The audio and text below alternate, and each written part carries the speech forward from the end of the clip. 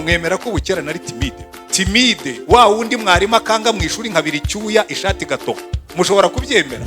Nigeze kubwiriza muri gereza, umugabo arambwira ati ni byose. Atoya, banza umbwire, vuga ko ari byose. Ni byose. Ati noneho hagarara ntapfa utararangiza.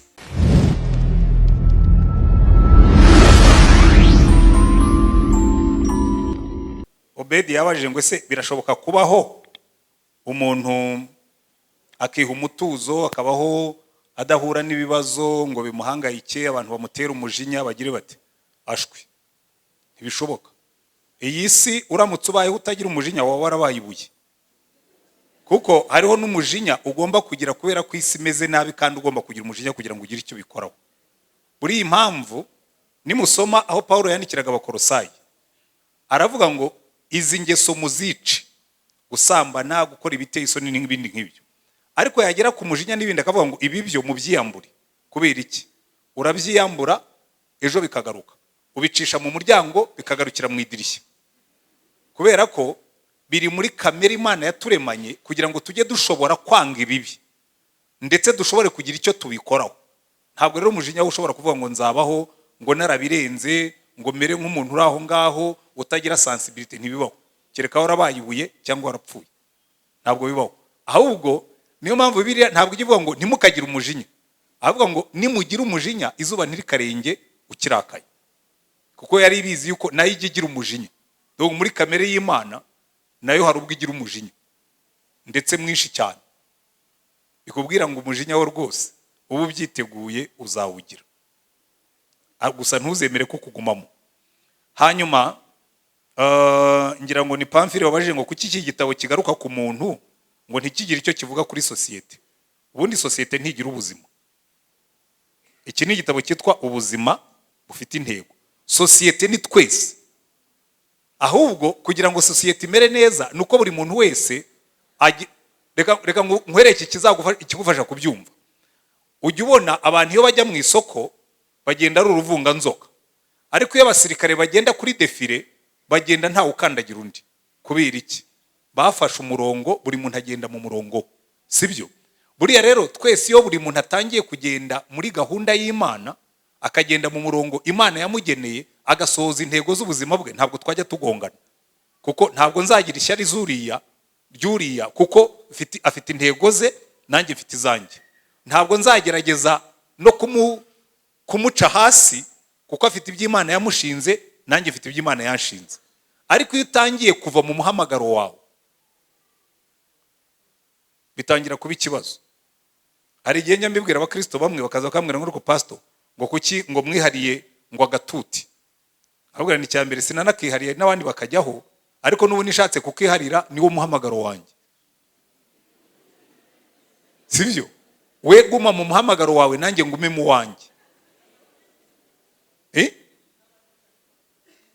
N'ababishaka bumva bafite uwo muhamagaro, nyine ubwo baraza nanjye mbaheho. Siyo mpamvu se turimo kuzamura abavuga butumwa n'abandi. Icyo ngicyo, ariko hari igihe umuntu usanga umuhamagaro we ntiyabanje ngo awushake neza. Ariko kubera iki? Kubera bya bindi ariko hari yavuze dukunda kugaragara, dukunda gushimwa, dukunda kuboneka, ugasanga turabyiganira hano kandi ntacyo uje kuhakora. N'umuntu yagutiza agatuti, abantu bagavuga ati rwose buriya mwari muri mu biki? Umuntu yaje hariya akubita hirya, akubita hino, akubita hejuru, akubita hasi, buriya yari arimo gukora iki? Kubera iki? Arimo arakora ibyo atahamagariwe, ariko akunda kugaragara. Ibyo rero sosiyete, ntabwo sosiyete ibaho mu buryo bw'intego, kuko ntidufite intego imwe. Buri wese afite icyo yahamagariwe agomba gusohoza, sibyo? Ariko uretse ko rimwe na rimwe hari ibyo biriya Jacques yarabajije nibyo. Hari igihe umuntu aza kamera nk'igiti cy'inganzamarumbo, ibindi biti byose n'ibyari gukura akabipfukirana, hanyuma Imana ikazavuga ati kiriya giti mukinkurireho kugira ngo ibindi biti bizamuke. Bijya bibaho. Ko hari umuntu wibwira ko nta wundi ufite impano nk'iyi. Murabyumva se? Umuntu rwose akakumvisha ko nta wundi ufite impano nk'iye, kandi ubundi iyo ufite impano ugomba kuzamura n'izindi zikuri iruhande. Ahubwo abafite impano nk'iyanjye mwe mwitegura, igishura kiri hafi kugwa. Hanyuma amateka, Jado icyo wabajije ngo amateka y'ibyatubayeho, gukiranirwa kw'ababyeyi, ese ntihari abantu baba victime nicyo kibaho gusa ahubwo? Kuko impamvu Imana yavuze ngo mpora abana gukiranirwa kwa base, nuko kenshi turaga abana bacu imirage mibi tuba dufite. Uzarebe umuntu avukira mu muryango ugasanga abantu baho ni abanyamujinya, akigira kuri se kugira umujinya, hanyuma akagenda nk'uko se yamubwiye. Ibi bintu by'inzika z'uruhererekane, ngira ngo hano mujya mwumva mbyigisha. Ahantu twari dutuye twigeze guturana umuntu twari duhuje rwose clôture, imiyenzi. Icyo gihe yari imiyenzi, nta nubwo byari ibipangu, yari umukuru w'interahamwe. Noneho nza kuzamukana n'umuhungu we, bari bavuye kurwana n'abakombozi n'abajipiyeri uko bitwaga icyo gihe, bamwe ntimubazi. Noneho ndamubaza ngo buriya murimo murapfa iki koko? Arambwira ati atabanyanduga papa yarabambwiye ngo bigeze kumwimisha akazi k'ubukapita. Urumva, atwaye umujinya wa se uko hari umunyanduga ngo wamwimishije akazi k'ubukapita. Ntabwo se ko nabonaga mukubita n'abatutsi bo ruburiya rwose ko wavutse ku gihe cya Habyarimana, abatutsi bo ubaziye.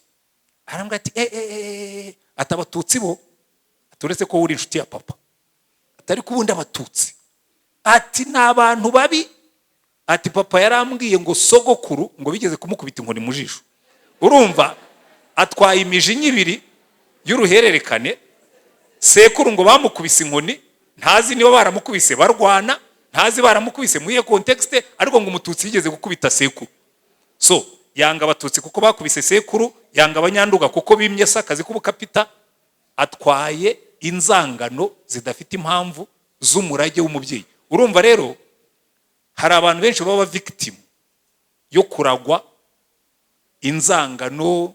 Noneho hari n'abandi baba victim akaba afite se w'umusinzi, ntamurihirira amashuri, ntamuhe n'ikintu icyo ari cyo cyose, ubuzima bwe bukazadindira kubera ko yavukiye ahantu bitameze neza. Ariko hari ibyiringiro yuko ayo mateka wowe ushobora kuyasubiza inyuma, ukavuga ngo muribuka ya bese twavugaga ejo, akavuga ngo data yari umusinzi, data yari yuzuye inzangano, data yari umunyamujinya, data yari umusambanyi, cyangwa se mama yari umusambanyi kuko harimo abana babyarwa n'indaya. Akavuga ati ariko jyewe it will be different, ngiye gushaka icyo Imana yandemeye nkikurikirane, kandi Imana izandemera amateka mashya. Ahubwo n'uwaba wicayemo hano avuga ati genda victim y'amateka, ntuzigere uba victim y'amateka, uba victim iyo ubyemeye. Iyo wemeye ko amateka gutegeka uba victim, ariko iyo ubyanze Imana ikuremera yawe mateka. Kuko n'ubundi kurema ntabwo yakuremye ngo uzabe victim w'amateka, yakuremye kugira ngo ahubwo uzahindura amateka, ugaragaze yuko ku Icukiro hashobora kuvuka ururabyo rwiza. Amen. Reka rero dusoze, ngira ngo uyu munsi mwabyumvise, ndagira ngo nsoze mbabaza ikibazo. Rick Warren yatubwiye ngo ubuzima bw'abantu bugengwa n'ibintu bitanu, sibyo? Bamwe, abantu benshi bagengwa n'umutima ubacira urubanza.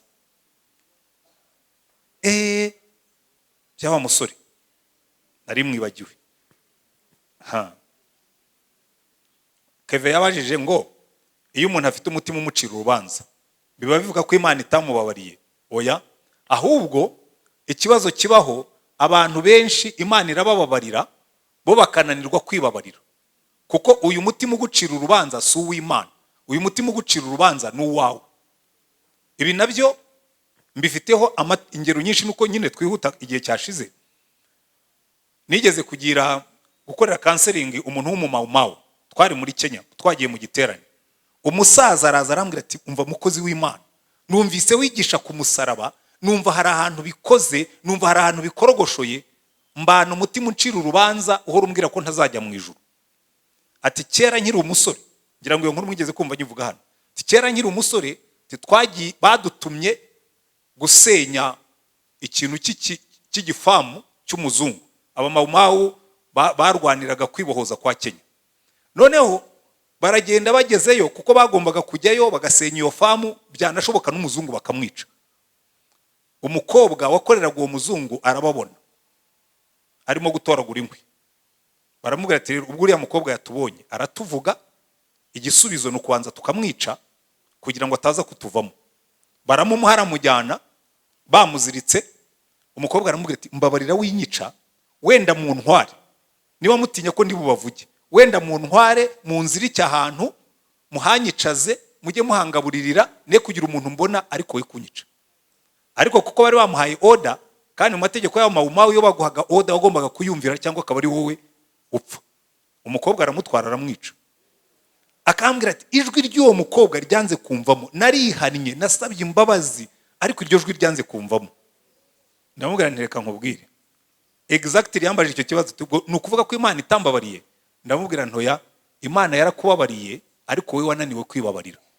Kandi icyo kintu mpora nkibona, narakibonye muri za gereza, nagiye kubwirizayo interahamwe, narakibonye mu bakobwa bakuyemo inda, akarongorwa akaba umugore, akageza ahantu akavuga, Satani akajya amubwira ati nijuru ntaryo uzabona wakuyemo inda wishe umwana. Reka nkubwire ikintu kimwe, niba wicayemo hano uturana n'umutima ugucira urubanza, n'ubundi nari kubivugaho. Iyi Imana yakubabariye, Imana iravuga ngo niyo ikiranukira kutubabarira, kandi amaraso ya Yesu atwozaho ibyaha byose. Nigeze kubwiriza muri gereza, umugabo arambwira ati ni byose, ni byose. Atoya, banza umbwire, vuga ko ari byose, ni byose. Ati noneho hagarara ntapfa utararangiza. Muhereza mikrofone, yarihannye amara isaha hafi yose yuzuye avuga abantu yishe.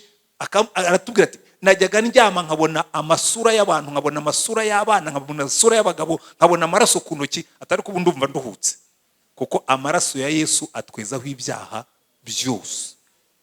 Mwabyumvise? Ni byose. Na cya kindi wibwira ko kitababariwe, ahubwo bwira umutima wawe ngo umutima wanjye ibabarire, kuko Imana yo yarambabariye, iki cyaha naracyatuye nagisabiye imbabazi. Haleluya. Hanyuma gutandukanya icyaha n'igicumuro byo ni teoloji uzaza ubundi turi muri Bible study, sibyo? Umutima w'ubwoba ese bushobora gukira?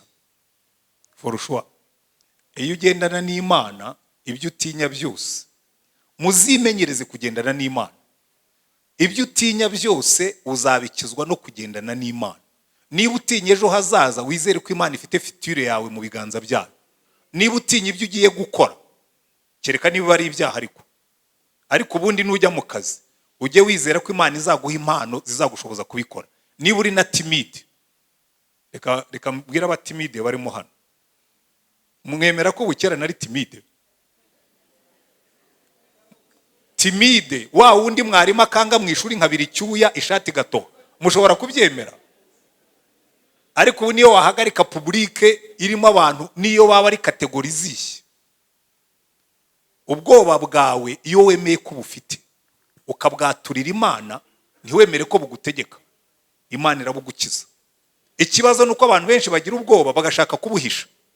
Umuntu araza agahagarara hano ukamubwira uti ariko ko nabona urimo kubira icyuyu, hake ko ari uhagaze hano ushobora kukibira kubera kiriya gitara, cyane cyane iyo wisize amavuta nk'abadamu. Ariko icyo nenda kubabwira, abantu benshi aho kugira ngo bemere ko bafite ubwoba barabushisha. Inzira ya mbere yo gukira ubwoba, inzira ya mbere yo gukira timidite nuko kwemera ko ifite. Ukegera Imana ukayibwira ngo Mana, ntabwo twahawe umwuka w'ubwoba, mu mwuka wo kugukorera. Imana izabikora. Cyane cyane mbwira abakiri batoye, nujya gukorera Imana ntuzagira ubwoba, uzasaba umwuka w'imbaraga. Nibyo Paulo yabwiraga Timoteyo ati twe ntabwo twahawe umwuka w'ubwoba udusubiza mu bubata, ahubwo twahawe umwuka w'urukundo n'uw'imbaraga. Mwambwiye ngo amen? Ariko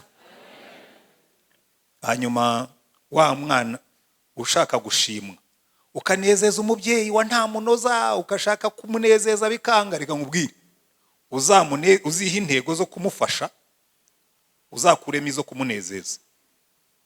Ubukene bwe bwose uzaba umufashemo, ariko gukontorora ubuzima bwawe ubyange. Kuki mbabwira ibi ngibi?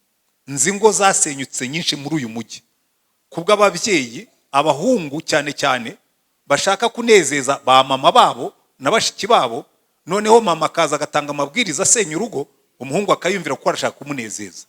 Never. Kuko Imana yaravuze ngo mu rugo rw'umugabo ni akaramata k'umugore n'umugabo. Ntuzanezeze umubyeyi usenya urugo rwawe, kuko hari ababyeyi babikora, nawe ntabwo aba abizi yuko afite ateye atyo. Hari ababyeyi bari controlling, agashaka gukontorora cyane cyane n'abamama, ariko mujye mubyitondera. Abamama ajya mu rugo rw'umuhungu akumva akiri mama, uriya ni umugabo yararongoye, jya umwihorera.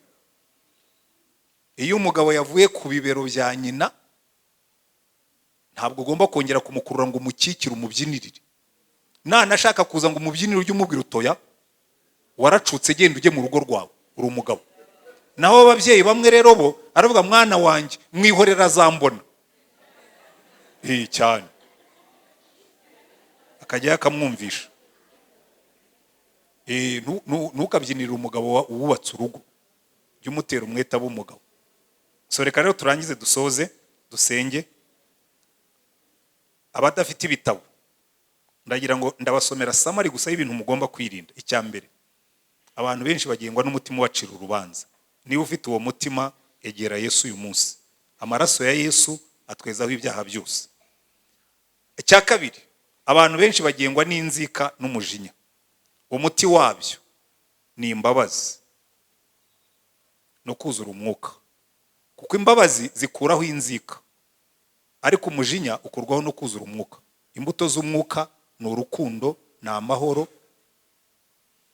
kwihangana, ni ingeso nziza, ni ukugira neza, ni ukugwa neza, kwirinda. Icyo ngicyo mu gitekerezeho. Ariko abo dufitemo hano bagengwa n'umujinya n'abakibitse inzika. Yagize neza Claudine kubivuga ko abantu benshi inzika tubika ni nyinshi. Zimwe nizo mu muryango, izindi nizo mu kazi, izindi nizo mu bakobwa cyangwa abahungu batubenze, izindi nizo buri munsi haba hari impamvu y'inzika.